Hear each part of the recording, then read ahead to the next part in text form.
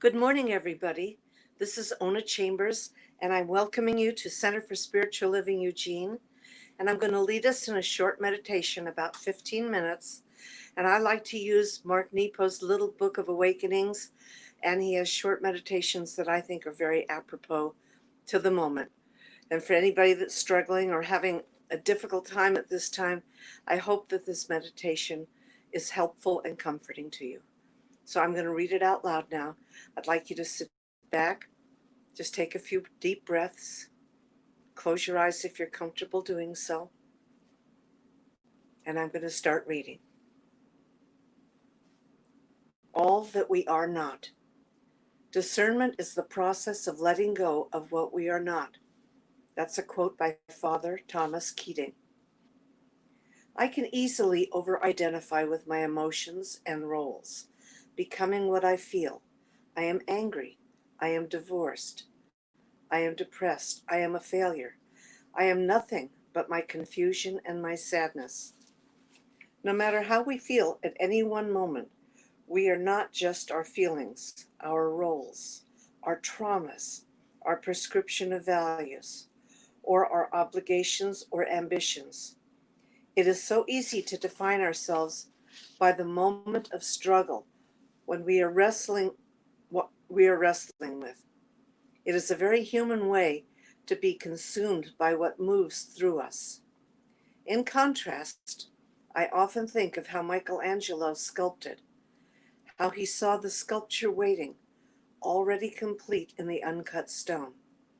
He would often say that his job was to carve away the excess, freeing the thing of beauty just waiting to be released. It helps me to think of spiritual discernment in this way. Facing ourselves, uncovering the meaning of our hard experiences. The entire work of consciousness speaks to a process by which we sculpt away the excess, all that we are not, finding and releasing the gesture of soul that is already waiting, complete within us. Self-actualization is this process applied to our life on earth. The many ways we suffer, both inwardly and outwardly, are the chisels of God, freeing the thing of beauty that we have carried within since birth. Now, sit quietly, and as you breathe, feel all the troubles you rise through your body. As you breathe, allow these troubles to move away from you.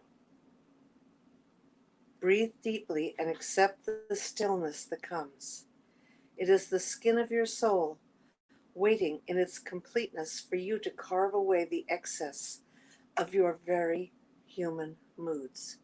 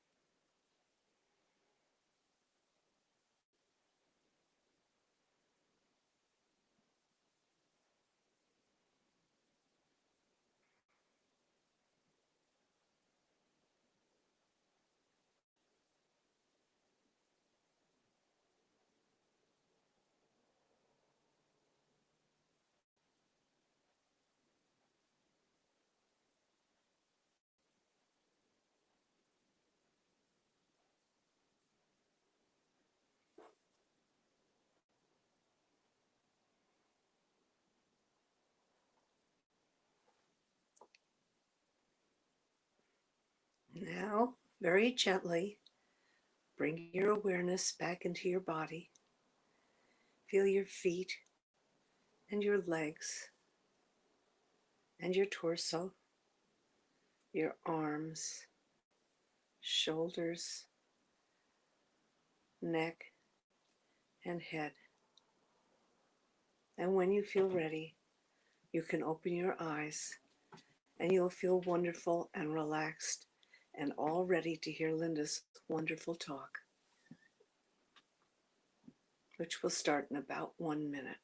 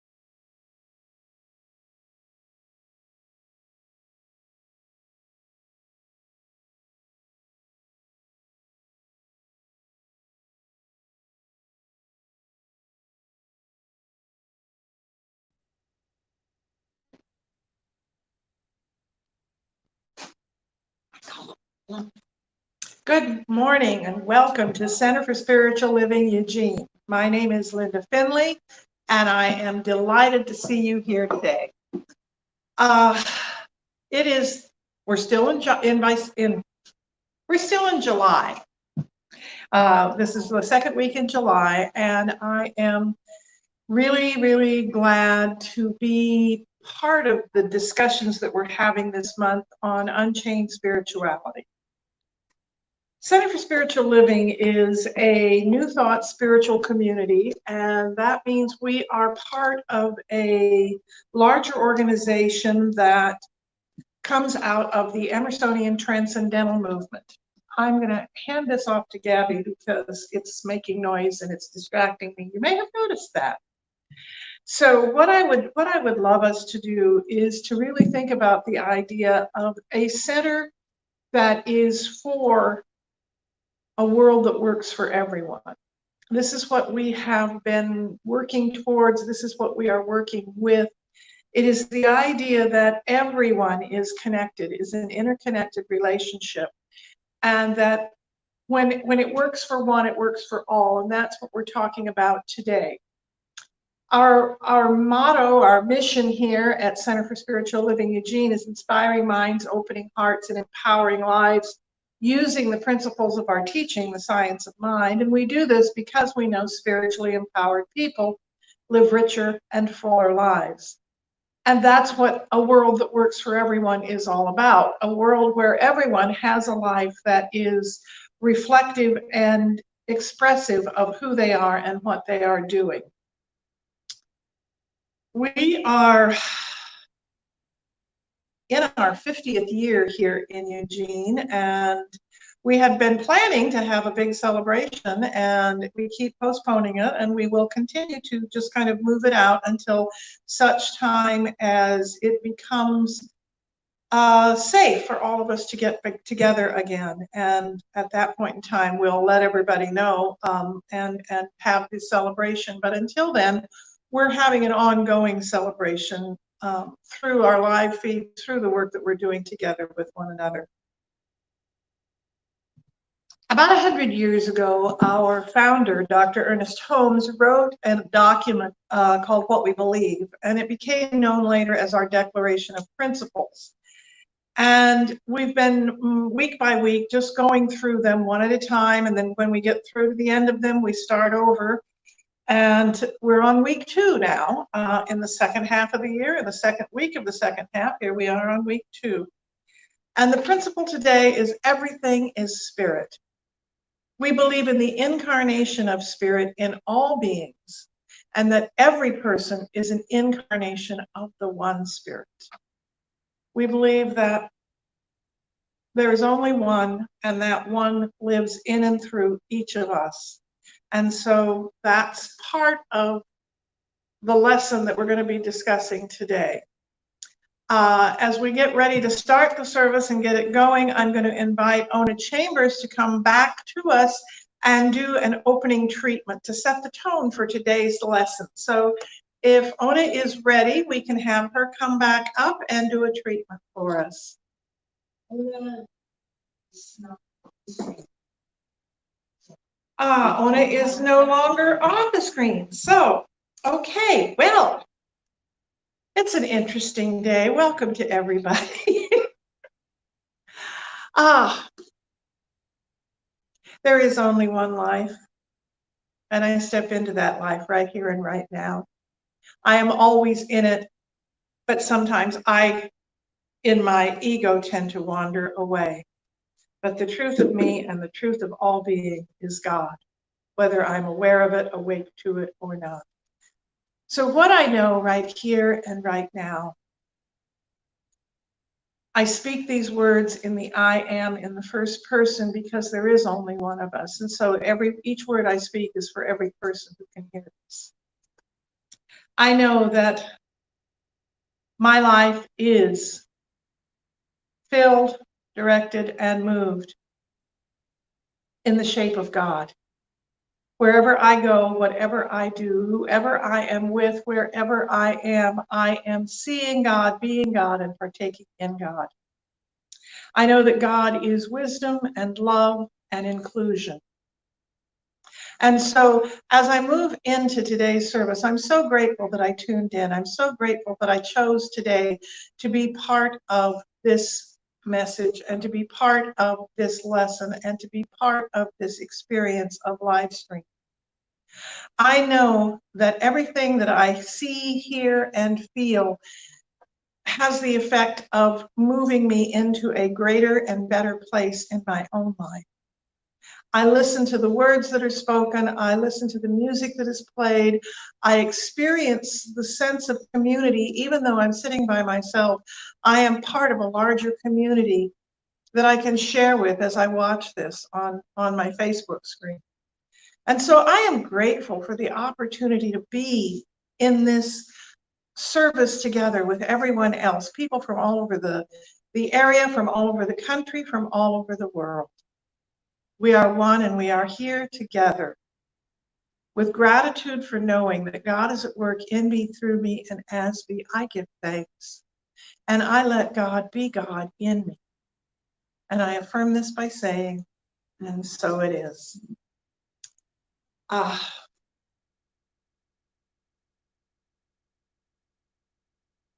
So each month we have an affirmation that we share, which allows us to go a little deeper in it as we do it weekly. I would like to ask that they bring up the affirmation screen right now. And I'm going to read this through once, and you can either quietly look at it and read it along, or you can close your eyes and just absorb it, whichever works best for you. And then when we go through it a second time, I'm going to ask that you, wherever you are, speak it out with me. So for now, just listening and taking it in. The infinite lives within me and expresses its divine nature in me, as me, and through me. As part of the one life, I am living for the greater good of life itself. And now together we'll say this. The infinite lives within me and expresses its divine nature in me, through me, and as me. As part of the one life, I am living for the greater good of life itself. We are always aware of the work that is ours to do. We are always aware of the time we spend reconnecting, realigning, coordinating with the one life which we call God. I am always moved so deeply when our musician today is with us, because he's been here since before I was here, and there's a resonance in his music that speaks deeply to my soul. And so I am really, really delighted to have with us today Matt Treader, who's going to be doing music for us. Are we going to? Okay, so what I'm going to do, we're going to move the camera, and when it comes back, Matt will be on your screen.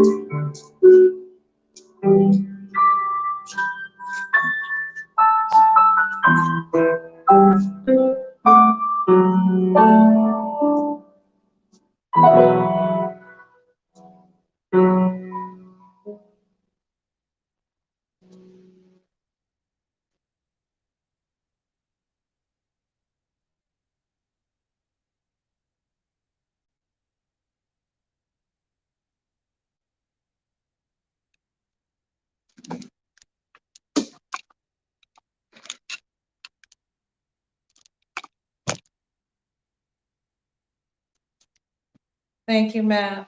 Now, since Matt's here, we're going to take advantage of that and do something we haven't done in a while, and that's have a meditation before the talk.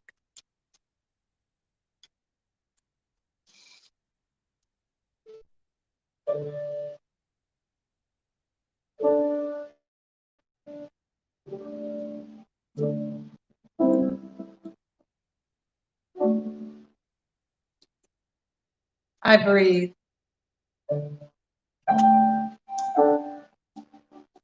The reciprocal nature of the air flowing in and flowing out of my body.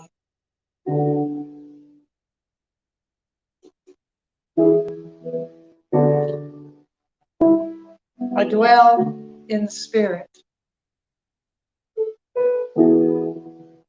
I dwell in peace.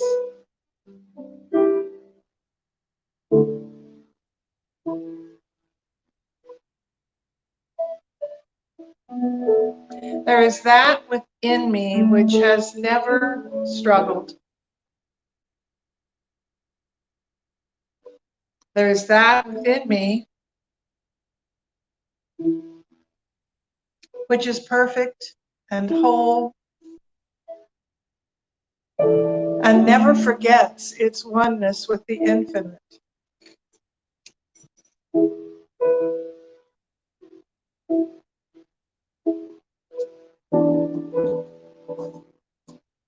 There is that within me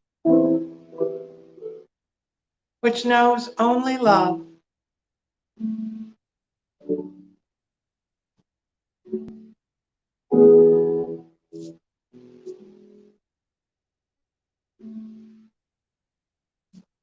And I choose to dwell in that space right now.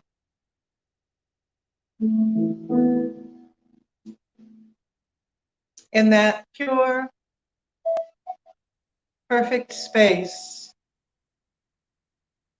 of infinite love, of divine being,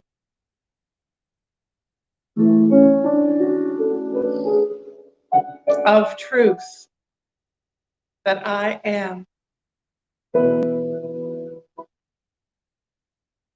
And so for a moment, I rest there.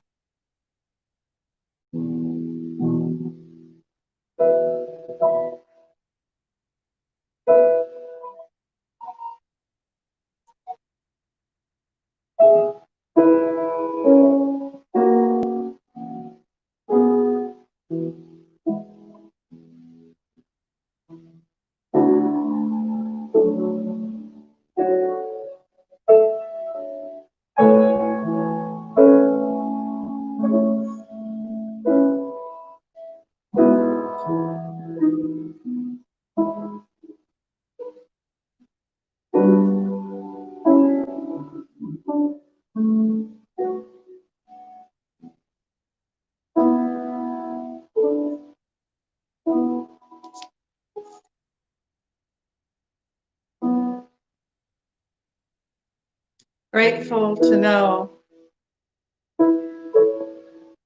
God in me, as me, is me.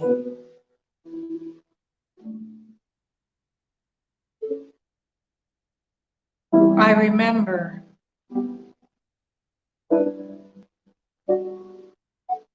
and hold this in my heart throughout my day.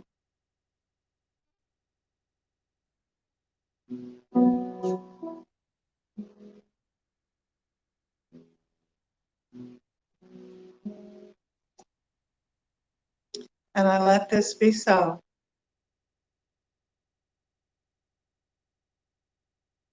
And so it is. Thank you, man. Thank you so much. I miss the meditations, and I just don't seem to have the juju without my main man there. So thank you for being with us today and being part of that.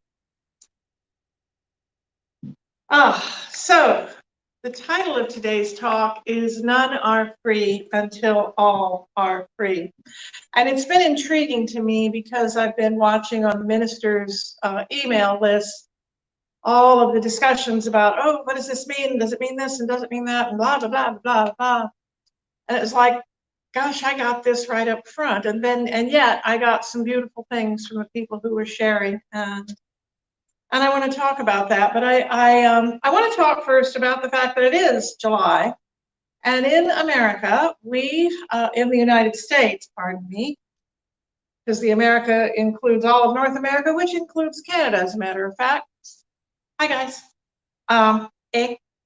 Anyway, in the United States, July, we celebrate our Declaration of Independence, and we have been very, very proud of our independence, when in fact we were just declaring independence from another nation. We were declaring the fact that we were going to govern ourselves from this point forward. And we declared in that Declaration of Independence that all men were entitled to life, liberty, and what I call the curse of the forefathers, pursuit of happiness. It doesn't say that we're entitled to happiness, just that we can pursue it. And pursuit has nothing to do with catching. It's just pursuit is basically chasing. So if we spend our time just chasing happiness, I don't really think we're living our lives, because happiness is the byproduct of living my life. So that's a whole other talk, but I wanted to just set the groundwork for this, because we like to, in America, in the United States, talk about the idea of freedom and independence and liberty, and yet there are a whole lot of people for whom freedom and liberty hasn't been the case since the beginning. In fact, my LGBTQ friends just last month, had the Supreme Court rule that they couldn't be discriminated against on jobs because of their sexual orientation. So we're still trying to learn how to let everybody be free. And so that's what this is really about. The basis of this teaching is oneness, that we are all one. We keep talking about the idea that there's only one life, that life is God's life. In the prayers, we talk about the one, the infinite, that it lives in me, through me, and as me. You hear these words, we throw them all around. And yet we don't really get what that means. It's interdependence, it's symbiosis. It is, we are all woven together. And what happens to one happens to everybody. There is this incredible interconnectedness in us, this what they're now calling intersectionality, where these paths all cross and all these things come together. We think of ourselves as fierce individualists, the pioneers, the going out there. And that's all a story, it's a mythology. Because in point of fact, the way America was founded was in community, with people working together, with people coming together to raise a barn, with people coming together to help build houses, with people coming together to build towns, with people realizing that we all are in this together. And that comes out for us in times of disaster, when there's a giant tornado, when there's an event like 9/11, everybody forgets gender and everything else, color, denomination, in working together, because what ultimately matters is that we're alive together. But we forget. There's a beautiful minister in our teaching, Muwada Rasuli, and he wrote a letter yesterday, which I've taken a bit from, and these words are so powerful and so beautiful, I have to share them with you. There's only one of us here. I believe this to be not only to be the core of our teaching, but the most difficult of concepts, because it requires a complete separation from separation and the inclusion of duality. It requires a complete separation from separation and the inclusion of duality. That sounds, it's like a beautiful Buddhist koan, if you will. What you do unto the least of these, you do unto me, is saying that there is no greater or lesser in wholeness. If the manifest universe is the body of God, then everything from President Trump to Minister Louis Farrakhan is that same body. There is only one body, and what affects any part of the body affects the whole body. A few weeks ago, we talked about the idea that, if you have a swimming pool, you can't really have a peeing section in the swimming pool, because the swimming pool is an entirety, and it floats. What happens in one part of the pool goes to the rest of the pool. What happens in Vegas does not stay in Vegas. What happens to anyone happens to all of us. What happens to one part of God is in some way happening to all of God, because we are all mutually reliant. We are each holding each other up. We are each creating the pressure and the tension which allows this experience to happen. And so the more we are aware that each of us is in this together, the more we realize that what happens to one happens to me. Even if it doesn't appear to be happening to me, it is impacting my life. I can do all of this that I want to, but at some level, when Nelson Mandela got out of prison and he was elected president, he invited his guard from prison to be with him, because he said, as long as I was imprisoned, he was imprisoned. And this is that understanding of mutual reliance, mutual dependence, and how it interacts with others. Lynn McTaggart is a beautiful person of philosophy and psychology. Basically has said, we are not in the field of pure potentiality. We are the field of pure potentiality. We're not in the field, we are the field. And so we are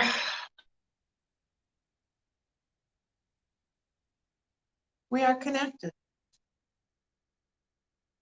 We are this together. We sell ourselves short and think we are less than, and we have more power than we thought we did, and we have more experience than we thought we did. And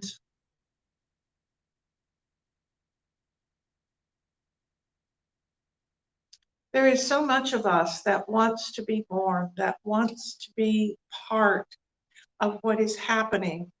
And as long as I limit someone else in some way, shape, or form, as long as I allow limits of someone else in some way, shape, or form, I am putting limits on my own self. I am putting limits on my future when I limit anyone else's future. When I hold judgment, I am limiting myself. I am judging myself as I judge the others. There is so much that we don't see because we think, oh, well, that's not about me. Everything is about me. The children in the cages are about me. The Black Lives Matter is about me. The lack of health care for people is about me. It's all about me, because if I am not part of the solution, I am part of the problem. Gregory Toole, who's another minister in our teaching, wrote, the divine qualities such as freedom are not experienced in a binary way, such that we are either free or we are not. Each of us has embodied some degree of freedom along the way, along an infinite spectrum of possible embodiment. Jesus and the Buddha embodied more than most, but we still cannot say that they were either free or not free. We can say they were much further along the spectrum than we were, but not that they were or they were not. And so where I am with all of this is the idea that we are waking up to a new way of looking at ourselves and looking at each other. And we've done so much to limit ourselves. We've done so much to restrict ourselves. We've done so much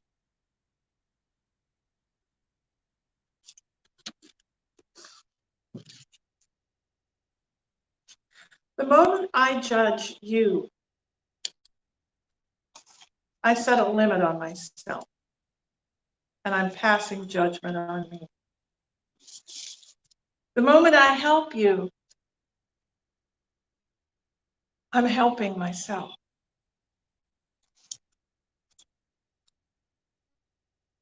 There's no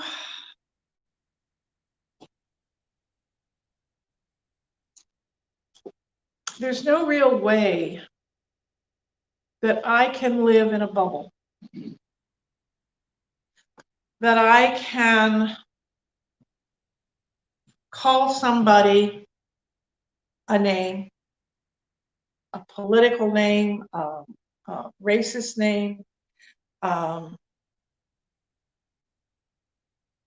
name, a label, and not stop my own development, not stop seeing them as me. I have just otherized them and created a them where only an us exists.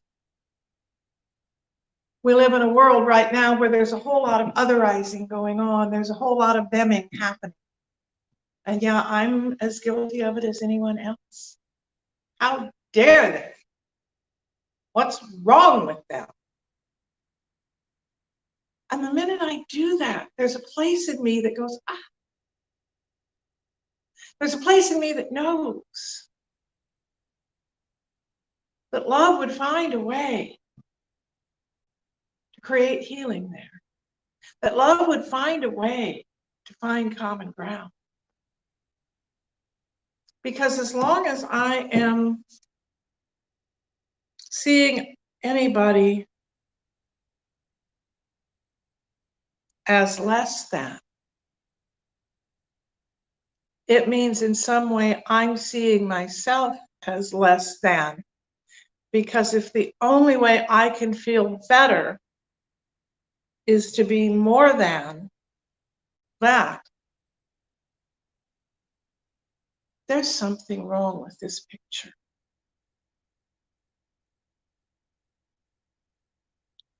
It's hard. Like Mulata said, this is a difficult concept.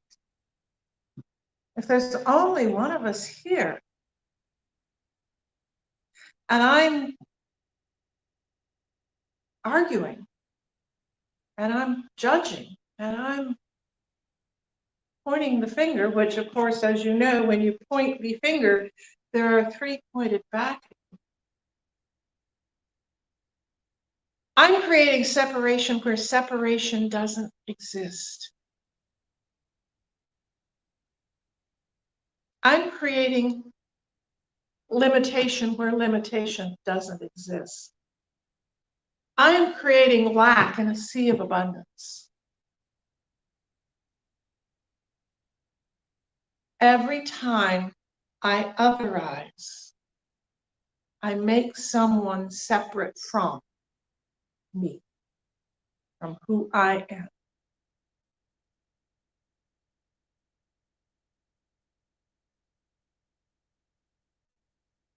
Islam says in the Quran, whoever saves a life, it is though he had saved all mankind. Whoever saves a life, it is as though he had saved all of mankind. Just a few days ago in the Book of Awakening, I read from Mark Nepo something which incorporates this really. Given enough time, most of our enemies cease to be enemies, because waiting allows us to see ourselves in them. In essence, when we fear another, we fear ourselves. When we distrust another, we distrust ourselves. When we hurt another, we hurt ourselves. And when we kill another, we kill ourselves. We're at a crossroads, an intersection, not just as a people, not just as a nation, not just as a spiritual community. The whole world is in this right now. The whole world is experiencing this right now. People are dying from an illness that our bodies don't have defense systems for. It's intriguing. I see people talk about, well, develop your immune system. Well, if you were going to develop your immune system, you should have done it by now. And the point of this illness, why it's so strange, is because there is no immunity to it. The only way to develop immunity to it is to catch it. And if you catch it, you have like a up to 5% chance of dying. Cool. So I'm looking at the whole idea of, am I willing to take this time of being sequestered, of wearing my mask when I do go out? Am I willing to take this time to imagine a new world where I don't have to make anybody less to be more? Where I don't have to look at somebody and laugh or point? Where I just see in all of its robust and amazing forms the beauty of God,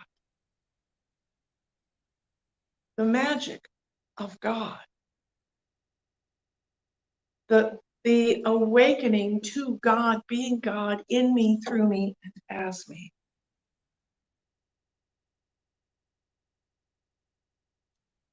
I can't free anyone until I free myself. And so I need to free myself from fear, from doubt, from judgment, from ways of thinking that separate me from anyone.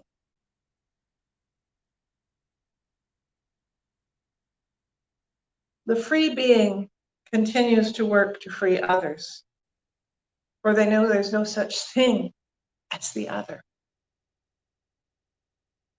The work they do to free the so-called other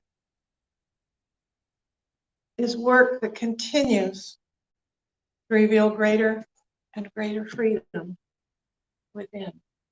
As within, so without.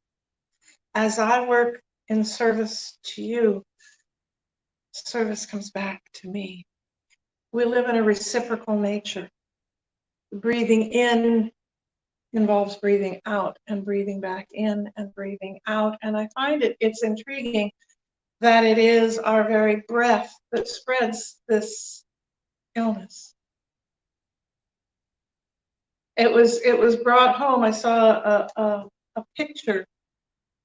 You know how when it's cold outside and you can see your breath. Well, what you're seeing is the little micro droplets that they're talking about.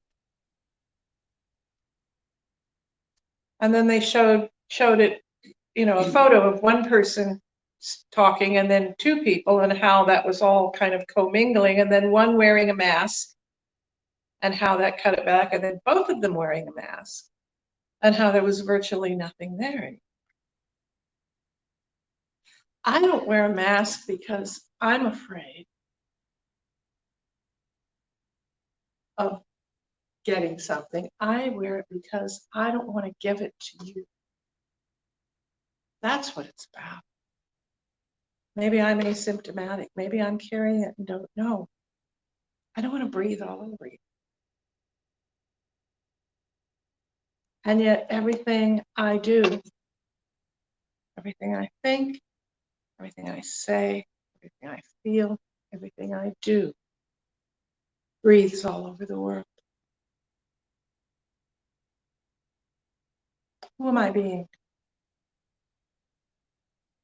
How can I free others to free myself? How can I free myself in order to free others? I'm the only one who gets to decide that. I'm the only one who has that power. I'm for a world where we're all free.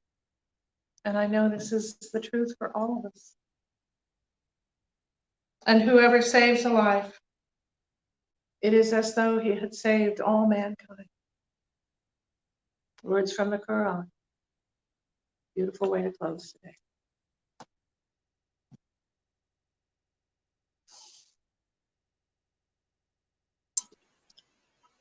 Good morning. Good morning. This is Kathy. Kleppinger, your board president, and I am going to do the blessing of the offering today. So please just take your gift that you're either going to send in via Breeze or YouTube, however, not YouTube, I'm sorry. Just take your gift either in your hands or in your heart and vision our center beaming out across the planet with Reverend Linda's amazing message, sending all of our love out to the world, and it just coming right back around to all of us, and our gifts continue to help that happen, and knowing that we are all connected via the internet now while we're not able to meet in person. And so it is. Thank you very much. And we will now have some more music from Matt.